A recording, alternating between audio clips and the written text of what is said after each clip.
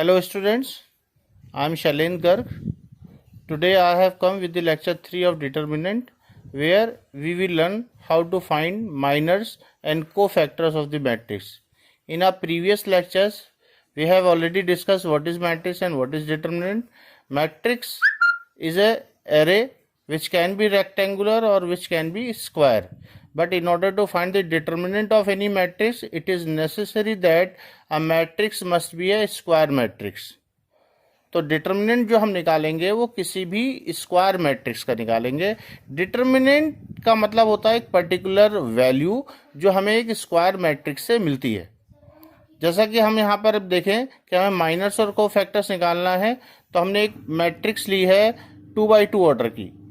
Late A is a matrix of 2x2 order ABCD. अब हम निकालना चाहते हैं इस मैट्रिक्स के माइनर्स. तो सबसे पहले आप ये समझ लीजिए कि माइनर्स होते क्या हैं. माइनर्स बेसिकली हमारे पास जो होते हैं वो एक पर्टिकुलर वैल्यू होती है जो किसी भी मैट्रिक्स या डिटरमिनेंट से एसोसिएटेड होती है. डिपेंड करता है आपको माइनर्स मैट्रिक्स के निकालने हैं या माइनस डिटरमिनेंट के निकालने हैं. बेसिकली जो टर्म माइनर्स और कोफैक्टर्स है ये डिटरमिनेंट से एसोसिएटेड होती है.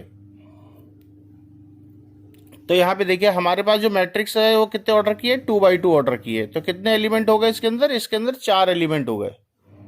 तो अगर हम माइनर निकालना चाहते हैं तो हम माइनर हर एक एलिमेंट का निकाल सकते हैं. तो कितने माइनर्स निकलेंगे टोटल 4 माइनर्स निकलेंगे.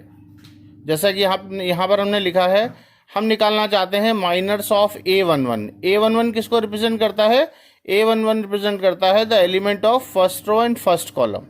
तो यहाँ पे देखिए हमारे पास A11 क्या है, A है. ये एलिमेंट जो है वो फर्स्ट रो और फर्स्ट कॉलम का है. तो इसको कैसे लिखेंगे, minor of A11 that will be represented by M11. तो अब कैसे निकालेंगे, देखिए हमने आपको बताया माइनर जो होता है वो डिटरमिनेंट से रिलेटेड होता है. इस मैट्रिक्स की हमने क्या बनाई, डिटरमिनेंट बना दिया.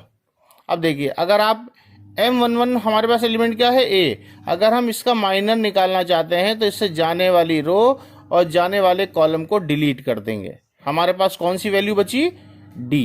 तो हम इसको एज इट इज लिख देंगे. ये प्लस होगी तो प्लस लिख दी जाएगी, ये वैल्यू नेगेटिव होगी तो एज इट इज नेगेटिव लिख दी जाएगी. तो याद रखिएगा जब भी हम मैट्रिक्स में वैल्यू की बात करते हैं तो उसका मतलब डिटर्मिनेंट होता है. यहाँ पर एक सिंगल वैल्यू है तो वो एज इट इज लिख दी गई है.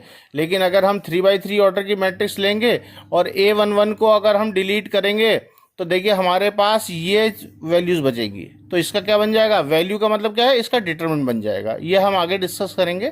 फिलहाल यहाँ पे देखिए तो हमने माइनर ऑफ A11 निकाला है, तो A11 से जाने वाली रो और कॉलम को डिलीट कर दिया, D आ गया. सिमिलरली हम निकालना चाहते हैं माइनर ऑफ A12. A12 का मतलब है element of first row and second column. हमारे पास क्या है, first row and second column B है. तो हमने क्या लिखा, डिटरमिनेंट बनाया और हमने B से जाने वाली रो और कॉलम को डिलीट कर दिया. हमारे पास क्या बच गया, C बच गया. सिमिलरली माइनर ऑफ A21 का मतलब है element of second row and first column. तो हमारे पास हमने क्या करा, C से जाने वाली रो और कॉलम को डिलीट कर दिया. ये देखिए इसको हमने डिलीट कर दिया. हमारे पास क्या रह गया, B. सिमिलरली लास्ट एलिमेंट हमारे पास क्या होगा, माइनर ऑफ A22. A22 का मतलब है element of second row and second column. इसको किससे रिप्रेजेंट करेंगे, M22 से रिप्रेजेंट करेंगे. फिर डिटरमिनेंट बनाएंगे, वैल्यूज रखेंगे, D से जाने वाली रो और कॉलम को डिलीट कर देंगे. हमारे पास क्या बच गया, A बच गया. तो हमारे पास माइनर मैट्रिक्स, अगर हम वैसे तो सिर्फ माइनर्स निकालने को आता है, कभी आपसे कहता है कि माइनर मैट्रिक्स बनाइए तो माइनर मैट्रिक्स में क्या करेंगे, सारी वैल्यूज को हम एज इट इज रख देंगे. ये हमारे पास आंसर आ जाएगा. Got it. आपके एग्जाम्पल के लिए हमने यहाँ पर एक क्वेश्चन दिया है, इसको अपने आप ट्राई करिएगा. Find the minors of matrix A. तो देखिए अगर आपसे सिर्फ माइनर्स पूछ रहा है तो आप सिर्फ M11 निकालने के लिए क्या करेंगे, पहली रो से पहला कॉलम हटा देंगे, 5 रह जाएगा. M12 निकालने के लिए क्या करेंगे, ये हमारे पास एलिमेंट है first row and second column का, इससे जाने वाली रो और कॉलम को हटा देंगे, क्या बचेगा, -4 बचेगा. और अपने आंसर को हम यहीं छोड़ देंगे. अगर आपसे पूछता है कि माइनर मैट्रिक्स निकालिए तो माइनर मैट्रिक्स निकालने के लिए आप इसे मैट्रिक्स में रख देंगे, अदरवाइज कोई जरूरत नहीं है. Now come to the matrix of 3x3 order. यहाँ पर हमारे पास क्या है, 3x3 ऑर्डर की मैट्रिक्स है. तो अगर हम यहाँ पर हमारे पास टोटल कितने एलिमेंट हो गए, यहाँ पर हमारे पास 9 एलिमेंट्स हो गए। 9 एलिमेंट्स के हम हर एलिमेंट्स का हम यहाँ पर माइनर निकालेंगे। जैसा कि हमने यहाँ पे लिखा है M11। M11 का मतलब है minor of first row and first column, minor of A11। तो A11 हमारे पास क्या है, ये है। अगर हम इसका माइनर निकालना चाहते हैं तो पहले मैट्रिक्स का क्या बनाएंगे, डिटर्मिनेंट बनाएंगे। तो यहाँ पर मैट्रिक्स का साइन नहीं होगा, यहाँ पर हमारे पास डिटर्मिनेंट के साइन होंगे। ज़रा साइन का ध्यान रखिएगा, जब कभी भी हम वैल्यू की बात करते हैं तो उसका मतलब डिटर्मिनेंट होता है। तो ये डिटर्मिनेंट बनाया, उसके बाद A11 से जाने वाली रो और कॉलम को डिलीट कर दिया। हमारे पास वैल्यू के नाम पे ये 4 चीज़ें बच रही हैं। तो यहाँ पर इसकी वैल्यू निकालने के लिए हम किसका यूज़ करेंगे, डिटरमिनेंट का यूज़ करेंगे। A22, A23, A32, A33। और 2/2 डिटरमिनेंट की वैल्यू निकालने के लिए आपको पता है क्या करते हैं हम, product of principal diagonal then minus product of conjugate diagonal, ये हमारे पास वैल्यू आ जाएगी।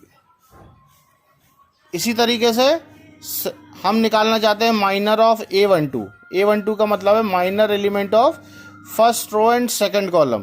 तो देखिए इसको हमने टारगेट लिया A12 को, और इससे जाने वाली कॉलम और रो, इन दोनों को डिलीट कर दिया। जो हमारे पास बच गया उसको हमने फिर डिटर्मिनेंट में लिख लिया। डिटर्मिनेंट है ये। डिटर्मिनेंट में लिखने के बाद फिर इसकी वैल्यू कैसे निकाली, ऐसे मल्टीप्लाई करी और ऐसे मल्टीप्लाई करी, इस तरीके से ये वैल्यू आ गई। सिमिलरली आप M13, M21, M22, M23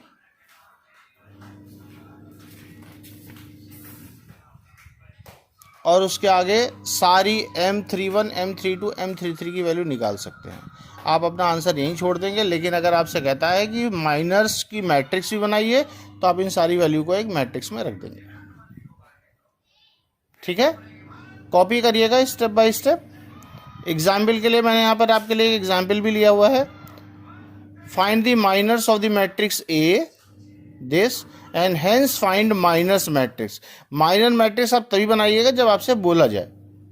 तो सॉल्यूशन के लिए क्या करेंगे, हम यहाँ मान लेते हैं लेट माइनस मैट्रिक्स क्या है, M11, M12, M13, M21, M22, M23 और M31, M32, M33। क्योंकि हमारे पास मैट्रिक्स 3/3 ऑर्डर की है, इसलिए हर एक एलिमेंट का हमारे पास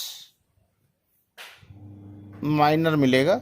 कैसे मिलेगा, जैसे कि हमने प्रीवियस लेक्चर में बोला था, हम निकालना चाहते हैं M11। M11 का मतलब है minor of first row and first column. तो हमारे पास देखिए यहाँ पर एलिमेंट देखिए, ये है first row and first column. हम इसका माइनर निकालना चाहते हैं इसका। तो इसको निकालने के लिए क्या करेंगे, 2 से जाने वाली रो और कॉलम को डिलीट कर देंगे। तो हमारे पास क्या बच गया, 0, 7, 1, -2। देखिए ये हमारे पास माइनर बन गया। और वैल्यू वैसे निकालेंगे, 2/2 डिटरमिनेंट की, product of principal diagonal minus product of conjugate diagonal. तो हमारे पास यहाँ पे वैल्यू आ गई -7। देख रहे हैं आप। अब इसी तरीके से M12 निकालेंगे। M12 का मतलब क्या हो गया, ये वाला element first row and second column. तो M12 निकालने के लिए क्या करेंगे, इसको टारगेट बनाएंगे, इससे जाने वाली रो और कॉलम को डिलीट कर देंगे। क्या बचेगा, -4, 7, 3, -2। यहाँ पर हमने ये देखिए लिख दिया 2/2 का डिटर्मिनेंट, इसकी वैल्यू निकाल ली। इसी तरीके से आप M13, M21, M22, M23 सबकी वैल्यूज़ आप इजीली निकाल सकते हैं। देखिए यहाँ पे मैंने सारी वैल्यूज़ निकाली हुई हैं, और आप इसको देखकर अपनी कॉपी में भी सारी वैल्यूज़ निकालिएगा। इस पूरी शीट का स्क्रीनशॉट ले लीजिएगा और उसके बाद देख देख के इसको कॉपी करिएगा। पहला जो मैंने आपको एग्जाम्पल दिया है इसको आप देख देख के करें, जब एक बार आपको समझ में आ जाए फिर आप आगे करें। तो यहाँ पे देखिए ये हमारे पास आंसर आ जाएगा माइनर मैट्रिक्स का।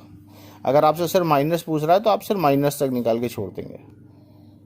इस क्वेश्चन को करने के बाद आप यहाँ पर हमारे पास अगर हमने एग्जाम्पल दिया है find the minus of each element of the matrix, तो आप इसके सारे माइनर्स निकालेंगे।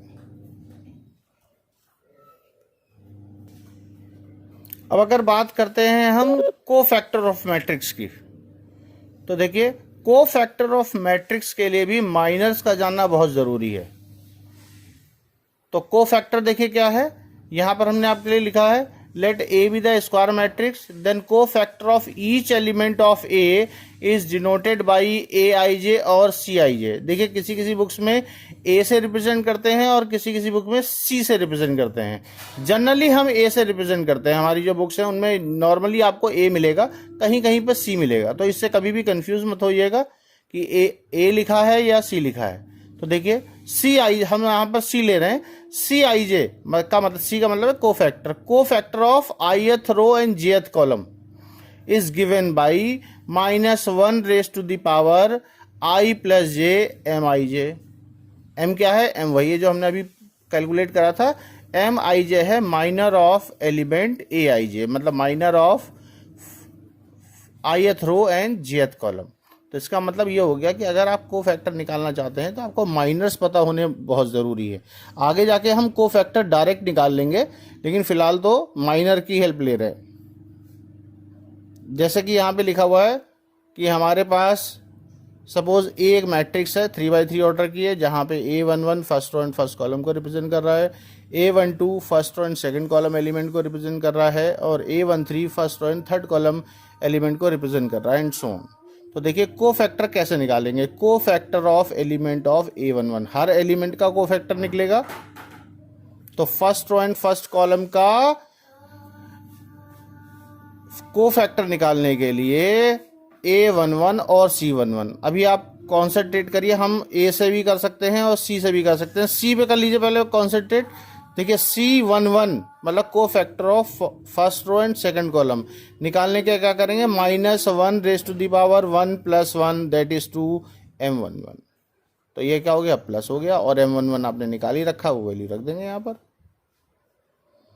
सिमिलरली A12 और C12, तो C12 निकालने के लिए क्या करेंगे, -1 की पावर 1 + 2 दैट इज 3 M12। तो ये अपने आप -1 की पावर ऑड हो गई, तो ये माइनस आ जाएगा। Similarly C13 cofactor element of first row and third column, -1 raise to the power 1 + 3, ये हो गया 4 M13। तो ये अपने आप इवन पावर है तो प्लस हो गया। सिमिलरली आप सभी एलिमेंट्स के कोफैक्टर निकाल लेंगे। तो अगर क्वेश्चन कोफैक्टर निकालने के लिए आता है तो ज़रूरी नहीं है कि आप बिल्कुल इसी तरीके से चलेंगे, डायरेक्ट मेथड जो है वो आगे आपको हम बता देंगे, लेकिन फिलहाल तो आप स्टेप बाय स्टेप सीखें। तो यहाँ पर कोफैक्टर निकल जाएगा, छोड़ देंगे। लेकिन अगर आपसे कहता है कि कोफैक्टर मैट्रिक्स भी निकालिए, तो कोफैक्टर मैट्रिक्स देखिए क्या हो गया, C11 C12 C13 and so on. तो यहाँ पर अगर आप डायरेक्ट देखना चाहते हैं कि कोफैक्टर मैट्रिक्स कैसे बन रही है, देखिए माइनर मैट्रिक्स बनाई, माइनर मैट्रिक्स को हमने हर एलिमेंट को plus minus plus minus plus minus plus minus plus के ऑर्डर में लिख लिया। अब देखिए अगर M11 पॉजिटिव होगा तो पॉजिटिव इंटू पॉजिटिव पॉजिटिव रह जाएगा, अगर M12 पॉजिटिव है तो positive into negative negative element बन जाएगा, और अगर M12 नेगेटिव है तो निगेटिव निगेटिव प्लस बन जाएगा। इस साइन का मतलब ये नहीं है कि एलिमेंट हमेशा माइनस आएगा और एलिमेंट हमेशा प्लस आएगा। इसका मतलब है जो भी M11 या M12 जो भी माइनर एलिमेंट मिल रहे हैं उनको आप इस सीक्वेंस में प्लस माइनस प्लस ऐसे मल्टीप्लाई कर देंगे, उसके बाद वैल्यू पॉजिटिव बनती है या नेगेटिव बनती है, इससे कोई फर्क नहीं पड़ता। ठीक है, तो हमारे पास माइनर में क्या हुआ, माइनर में हम एक्स्ट्रा किसी भी साइन को कंसीडर नहीं करते हैं, लेकिन अगर हम कोफैक्टर निकालते हैं तो हर minor element accordingly plus minus plus से मल्टीप्लाई हो जाएगा। डिपेंड करता है, देखिए 1 1 इवन है तो -1 की पावर 2 प्लस हो गया। M12 हमारे पास क्या है, 1 + 2 3 ऑड, -1 की पावर ऑड हो जाएगी जो यहाँ पे लिखी हुई है, उसके हिसाब से माइनस हो जाएगा। इसी तरीके से 2/2 में चलते हैं। जैसा कि यहाँ पर हमने एक एग्जाम्पल लिया है, find the cofactor of each element of the matrix. ये हमारे पास मैट्रिक्स है, 3x3 ऑर्डर की मैट्रिक्स है, 3 1 -2 4 0 -5 -5 6 2। तो देखिए हम सबसे पहले क्या करेंगे, हम मान लेंगे कि हमारे पास एक कोफैक्टर मैट्रिक्स है, ये वाली C11 C12 C13 C21 C22 C23 C31 C32 C33। आगे जाके आप नॉर्मली आप A से डिनोट करेंगे, A11 A12 A13, आगे जाके हम भी A से ही करेंगे, लेकिन यहाँ पर हमने C से करा है आपको समझाने के लिए। तो इसको अपने आप करिएगा। आंसर मैंने आपके लिए लिख दिया है, इस आंसर को कॉपी करिएगा और वेरीफाई करिएगा कि आपका आंसर आ रहा है या नहीं आ रहा है।